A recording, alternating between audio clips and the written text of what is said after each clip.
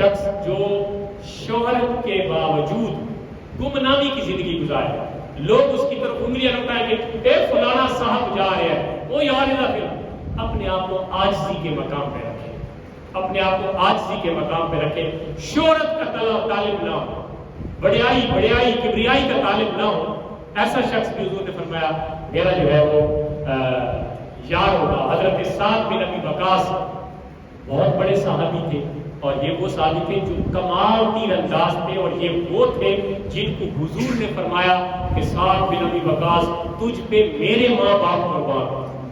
سبحان اللہ، قسمت یہ اللہ ہے۔ سارے امتی آخر یا رسول اللہ تواڈے تے میرے ماں باپ قربان ہو، تے سعد بن ابی وقاص ایڈے تیر انداز تے نشانے باز جنہوں نے حضور نے فرمایا تیرے تے میرے ماں باپ قربان۔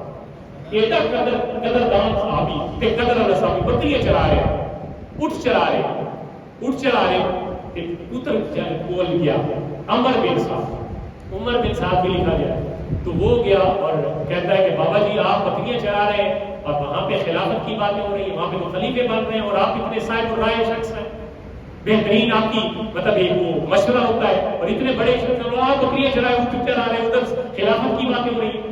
آپ نے فرمایا اپنے بیٹے کے سینے پہ ہاتھ مارا، ایسے جیسے تھپڑ مارا جاتا ہے، سینے پہ ہاتھ مارا، فرمایا اس کو اے بیٹے چپ ہو جا، خاموش ہو جا۔ کیوں؟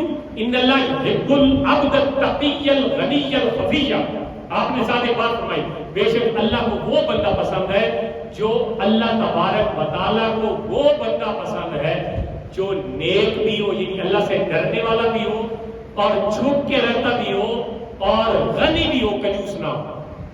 اللہ کو وہ بات پسند، وہ بندہ پسند۔ اب یہاں پہ دو تین باتیں سمجھا دی، بھائی میں ہوں تو اتنا بڑا، اس میں کوئی شک نہیں ہے کہ حضور نے مجھے فرمایا کہ میرے ماں باپ آپ پہ قربان ہوں، اس میں کوئی شک نہیں ہے، لیکن چپ ہو جا۔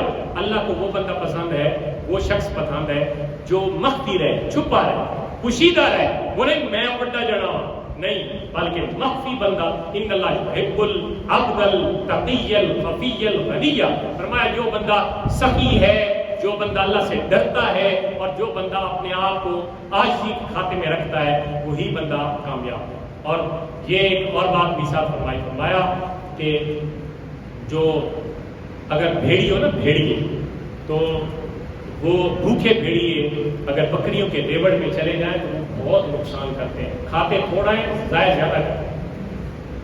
بھوکے بھیڑیے، دو بھوکے بھیڑیے جس طرح ریوڑ میں جا کے نقصان کرتے ہیں، تو اس بات کو سمجھایا اسی طرح انسان کے اعمال برباد کرنے کے لیے بھی دو چیزیں۔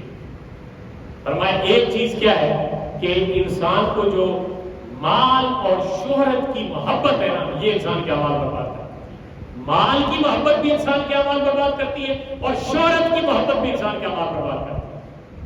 شہرت بندہ کہے گی نہیں مجھے تو لوگ اس طرح کہیں، مجھے تو ایسے جانے، میرے ساتھ ایسا پیش ہے، اس میں بھی انسان کے اعمال کی